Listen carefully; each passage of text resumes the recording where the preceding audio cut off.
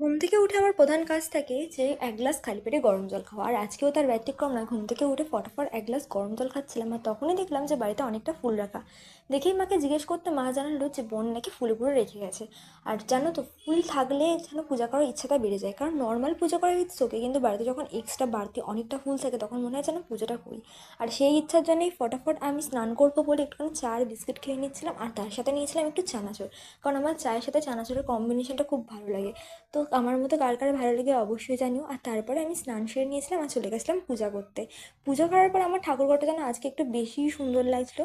তো পূজা করে বেরিয়ে ঘরে এসে দেখলাম যে ঘরে ছাতু রাখা আছে, তো ঘরে ছাতুটাই একটু ভালো করে খেয়ে নিচ্ছিলাম। খেয়ে নেওয়ার পরে আমার চোখে পড়লো যে আমার ভাই আমার বোন দুজন মিলে খেলা করছে। তো ওরা খেলছে, শীত পড়তে না পড়তে এদের ব্যাডমিন্টন বেরিয়ে গেছে। আর এখানে তাদেরকে দেখে আমারও ইচ্ছা হয়েছে যে আমিও খেলবো। তো আমিও নেমে গেছিলাম একটুখানি খেলা করার উদ্দেশ্যে, আমিও খেলে এসেছিলাম। আর খেলার পরে ঘরে এসে ভালো করে মুখটাকে ধুয়ে নিয়েছিলাম, কারণ এমনি আমার অয়েলি স্কিন। তো একটু ভালো করে ধুয়ে, আর ধুতেই মনে হলো যেন আবার টান পড়ছে। শীতকালে এটাই প্রবলেম, মুখ না ধুলে মনে হয় তেল তেল, আর মুখ ধুলে মনে হয় স্কিন শুকনো হয়ে গেছে। তো একটুখানি ময়েশ্চারাইজার লাগিয়ে নিচ্ছিলাম।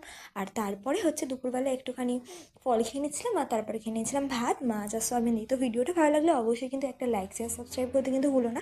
আর থ্যাংক ইউ ফর ওয়াচিং। দেখা হবে তোমাদের সাথে আবার একটা পরের ভিডিওতে। ততক্ষণের জন্য তোমরা কিন্তু সাবস্ক্রাইব করে রাখো।